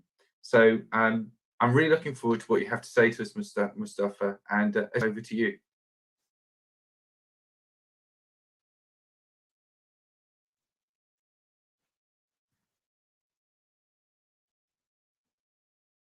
Okay, thanks, Paul, for the opportunity that you have given to me as the last speaker. Thank you also to the NISAI, UNESCO for inviting us, Mullah Warman University, to represent higher education, especially from University Outer Islands of Java.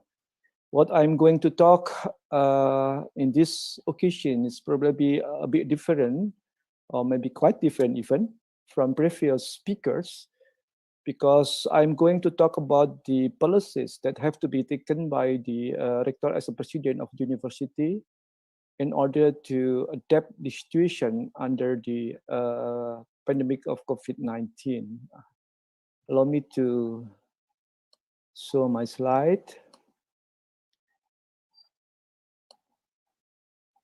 Can you see the slide? Yeah. Okay, thank you very much. So the title of my presentation is Academic Processes During the Pandemic COVID-19 at Mullah Warman University. As already mentioned by Paul as a moderator, I'm a Vice Rector for Academic Affairs, Mullah Warman University. I also want to send a warm regard from the rector, and I also to extend apology from him that he cannot attend this very important event. Ladies and gentlemen, just brief information about our university. Mullah Warman University, or I call it as UMUL, grounded in 1962, and now the university has 13 faculties, undergraduate program, and also one graduate program. The number of lecturers, 1,400, around 1,100, and supported by around 1,200 administrative personnel. And we have approximately 32,000 students. This is the position in July 2021. So we'll have more students because we just accept new students in year 2021. UMUL with a institutional accreditation, and just to be mentioned that we were the first university in Kalimantan who got this A institutional accreditation in 2017. Trying to implement its scientific pattern for promoting its mission to become the world center of tropical studies. And this is possible because we have advantages. We are located in the heart of the tropical rainforest ecosystem of East Kalimantan.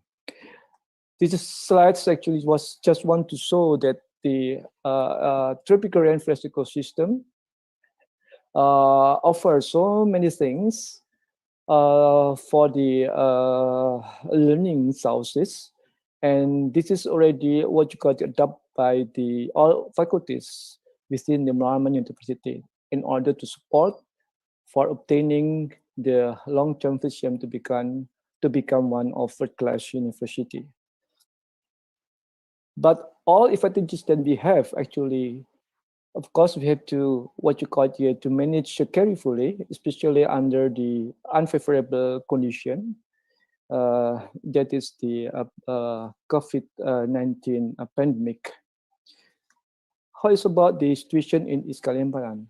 Just for information, just in July 2021, so last month, all of the 10 districts or cities in East Kalimantan are already categorized as red zones of COVID-19. And this situation is very fast changed because, you know, in the last semester, in the even semester of 2021, actually we have started to do what you call the offline system, especially for the faculties, or where the student have to what you can conduct like obligated activities like practical work at the laboratories in laboratories. But then in July, it was already announced that by the what you call the COVID-19 task force of Malarman University that it should be what you call back to the online system, and has to what you could have to be what you could based on the situation. It will be evaluated every month.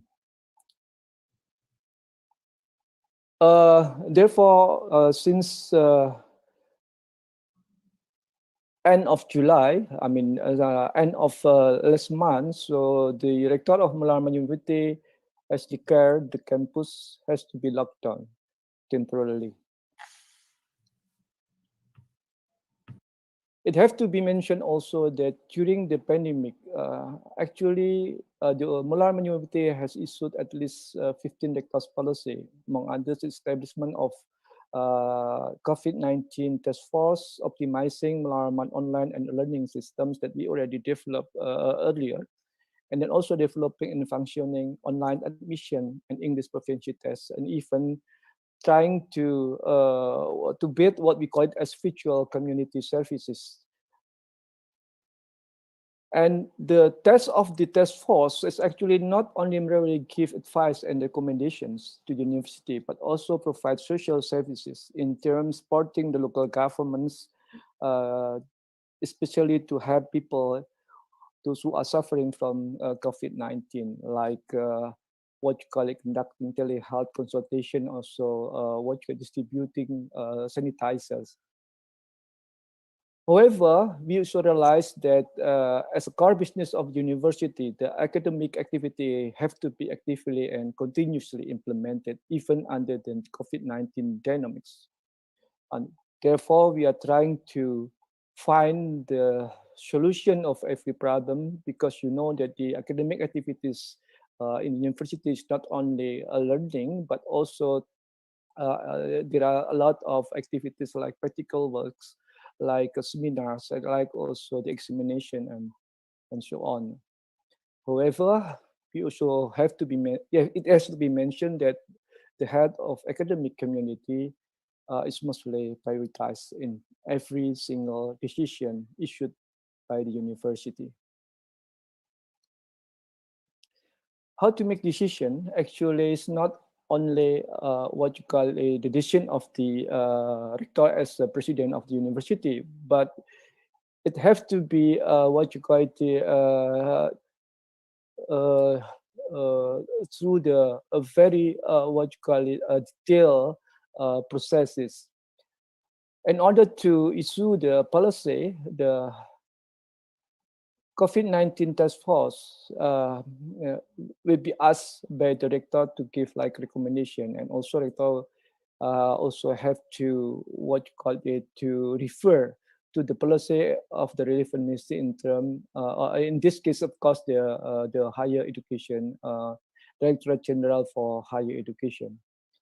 And before it has been issued, so there should be an intensive discussion meeting conducted where the structural elements of Malarman University, like vice rectors, deans, and also head of institution, will be also gathered in order to give inputs before the decision has made. This is the situation that I want to show to all of you, that we are trying to different activities in the university. I mean, what kind of system that have been implemented. So, for instance, for the lecture and meeting, we decided for the next semester, for the old semester, we will use the online system, except if the evaluation of the task force COVID-19 will give recommendation that it's possible to do hybrid system. And also the same situation for the practical works at the laboratory. But for the thesis and dissertation seminars and examination, it's possible to be conducted through offline system, because the participant of the seminars or examination is less than 10 participants. Yeah. For the field activities and field research, number 5, actually, we are trying also to cooperate with the local government. Without any recommendation from the local government's task force or COVID task force, so we will not send students to the field. Yeah. The same also for the student activities. We have decided to allow students to do activities during the pandemic only by online system, except for the activities that are really very needed, but this should be any recommendation from the task force.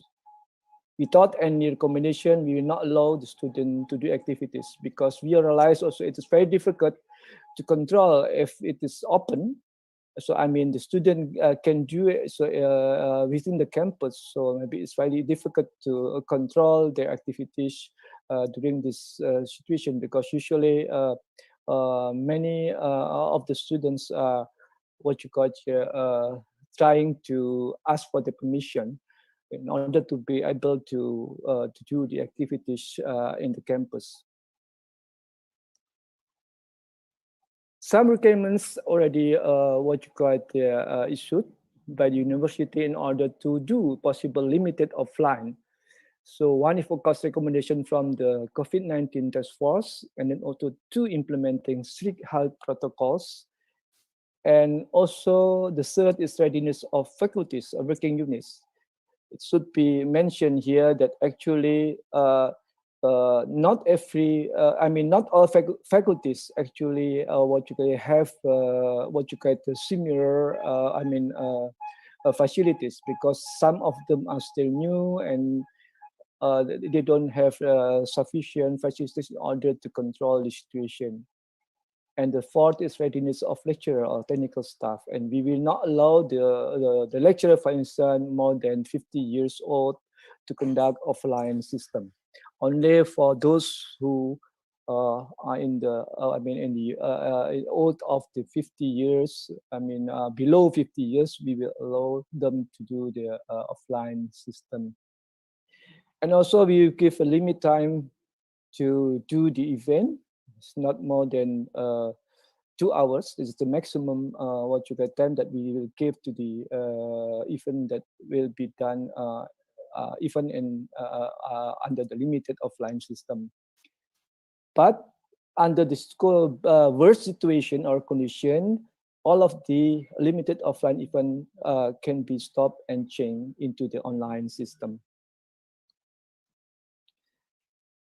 Ladies and gentlemen, so I would like to show a small observation that have been done by the engineering faculty in July 2021, 2020, in order to know the situation, especially the response of the student related to the the system that been implemented in Malaraman University. About the problem and concern of online system, that actually the most the problem that they face by most of the students is actually no internet access and unstable internet access. Or it is of course understandable, because many of students, especially those who are living in the very remote areas, in the Upper Mahakam, for instance, they don't have internet connection. Therefore, most of the student feels that actually no internet access is one of the most problematic that they face. Besides that, the second problem that they face actually about the quota of the internet. Even the Ministry of Education already distributed, but not all students are already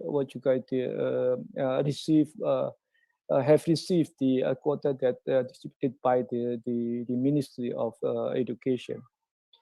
And also about the limited facilities or hardware, because we know that actually we are in the I would say in the many of the students are living in the very we call it very remote areas, not only with limited internet access, but also most of them in very difficult condition of economic. So I would say that from the problem faced by the students, so the technical problems actually dominant, compared to, for instance, the substance or the lecture. So, but if we try to ask them about the preferences they have related to online about the system, most of them actually would like to have a hybrid system.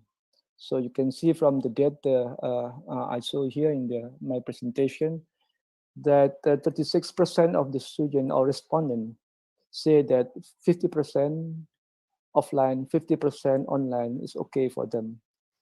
But they don't agree if the learning process will be conducted 100% offline. Yeah.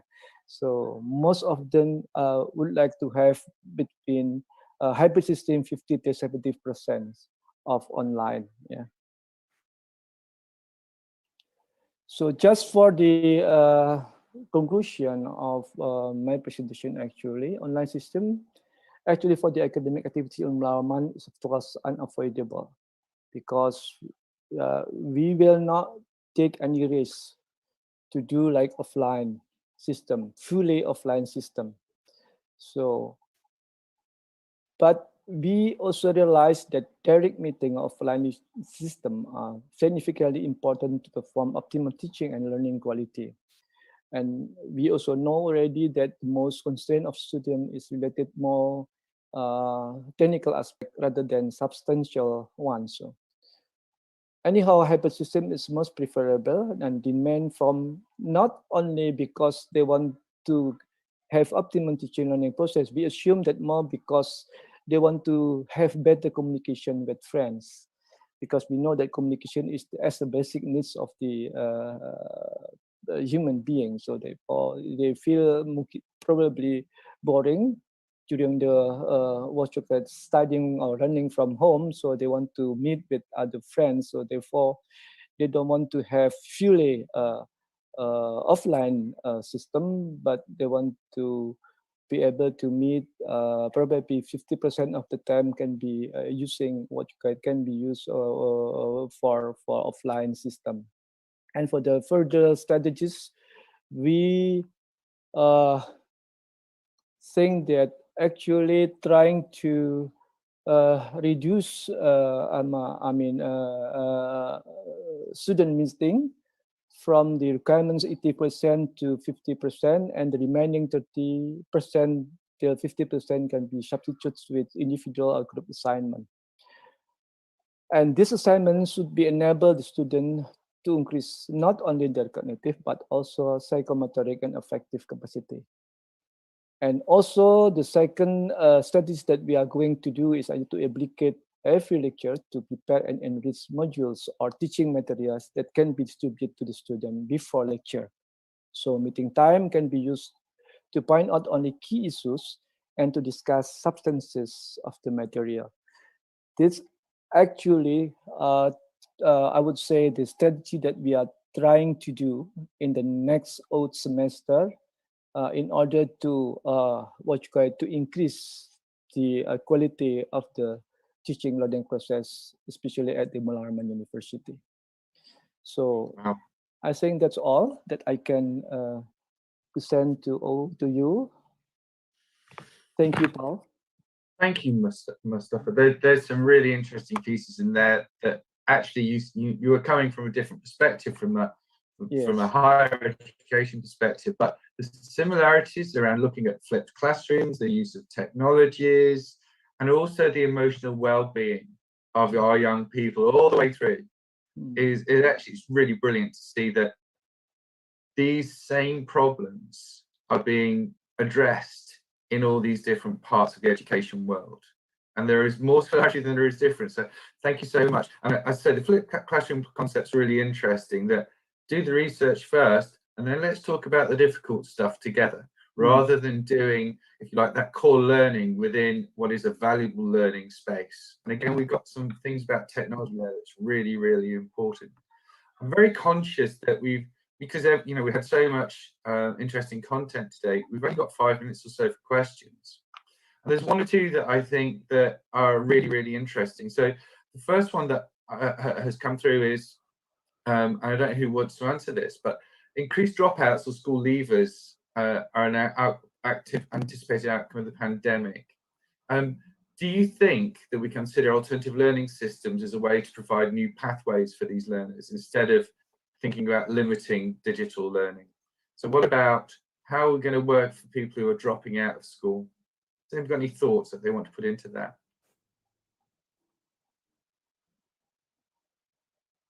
I'm very quiet out there.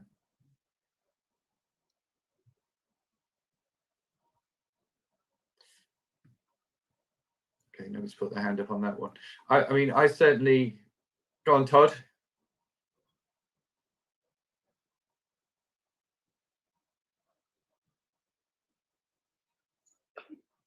There we go. No, I think it's an excellent question. And I think, again, it's trying to understand why are students exiting the system? Have they found learning in another environment that's actually supporting or is it more in line with maybe their parents' values or the family values that are needing to happen? Are they working, supporting a family industry? Is it that they feel kind of that they could not keep up before with the learning? Maybe those academic skills aren't developing, and so we need to kind of target those and be able to bring them back in. And if that's the case, what are some alternative ways?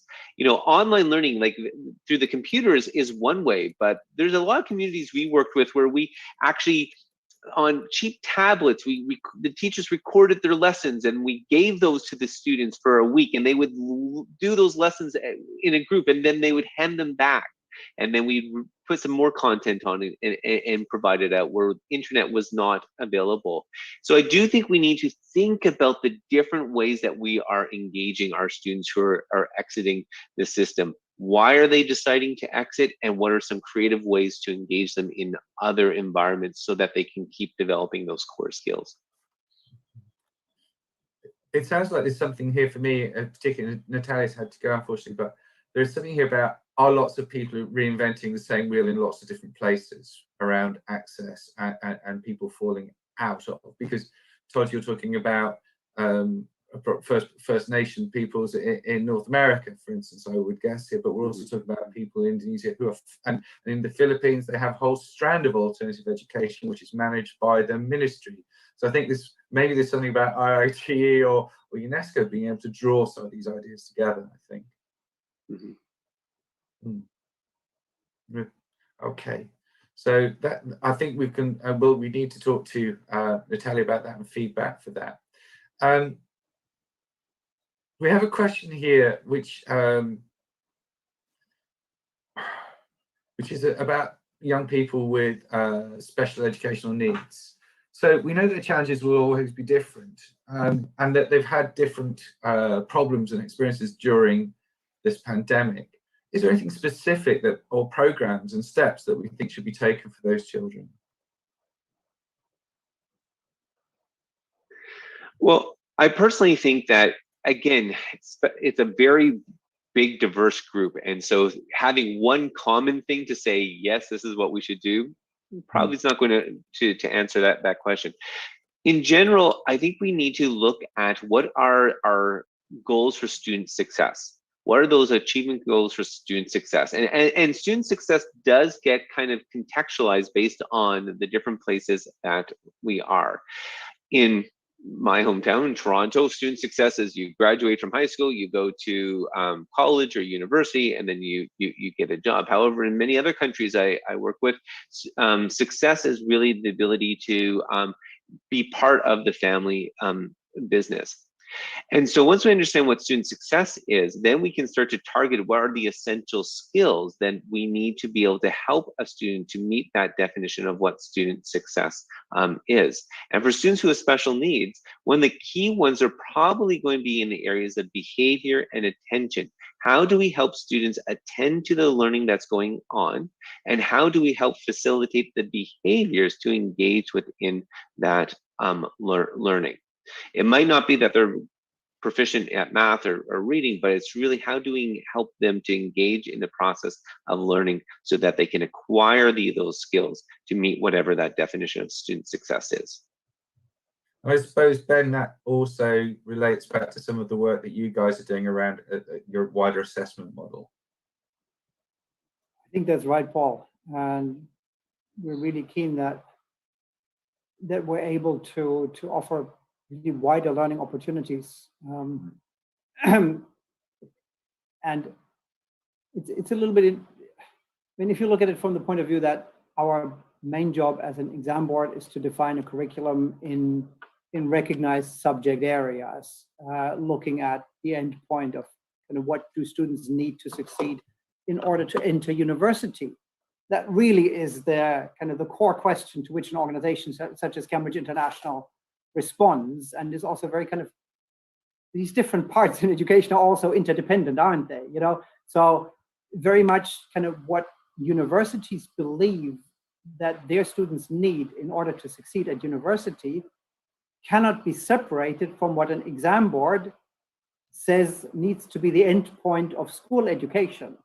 And so that there's a risk that from both sides, we kind of lock in an old belief and neither side moves because the other side doesn't move, you know? And so we need to look at the areas where movement is then suddenly possible and begin, and I think take that as a guide. And I believe there, it's a particularly interesting example of where from the Cambridge side, we did develop a new subject that didn't exist before, kind of about 10 years ago, called Global Perspectives, which was something about children looking at global world problems, and then they had to research them both by themselves and in a group, and they had to do so from more than one discipline perspective, and they had to look at it from the perspective of their own personal, including emotional, but cognitive attitudes to it, the perspective that their community or country would have on it, and an outside perspective from outside their country too, something global. And it was the attempt to kind of merge so many things into one, you know, the research skills, the communication they need to do, the independence of learning, the fact it's a global thing, they need to look at it from different, both personal and collective perspectives, different disciplines and so on. And there was no guarantee that that was going to succeed, you know. We did other things like this that kind of disappeared into the ether and just no one was interested. That one caught the imagination. And now more and more universities are saying, yes, we want students that come to us with these global perspectives. It's now available from primary to A-level all the way. And universities are saying, yeah, that's also the kind of thing we like. And so there is movement there. And I do think that something like this, for example, addresses a wider range of modalities to approach, you know, to approach the richness of the world, you know. And I think that ties into, we've just got some comments coming in now, and we do unfortunately have to close down this webinar. We could stay here all day, because we're looking at some really important questions. But you know, some questions in around the Philippines about learners dropping out and sudden underachievement, and it's what do we do different? I think we have hit some really important points that we can feed forwards around digital accessibility, capability, and around emotional well-being, and also the drive around economic needs. And there are strands here that I think we can discuss, certainly with IITE and UNESCO and more broadly. I have to close this webinar down. I can't believe how much of a journey we've been on together today, and thank you everybody who has attended and put your questions in. What we will do is we will take those questions and we will turn them into a list and see if we can get some answers out to everybody from the appropriate presenters today. I think this has been the most wonderful group of people to work with. Thank you everybody who's presented today. There's so much information from all different parts of the education sector. Of course, I've got to thank the Ministry of Education, UNESCO, the Indonesia office of UNESCO and Cambridge, obviously Todd for some real interesting insights about how we work with some of our most challenging learners, and Mustafa for giving a perspective from FE, which we don't usually get, and I really appreciate that. I hope everybody stays safe. We're going to finish off now. There is a link for a certificate for those who attend, and I look forward to the next one of these webinars, which I think will be about what we're actually doing about building forwards. Okay. Thank you, everybody. Have a great day. Stay safe. Thank you.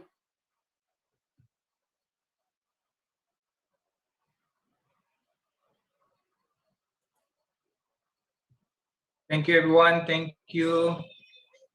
Thank you, Dr. Ben. Thank you, Professor Mustafa. Thank you very much, Paul.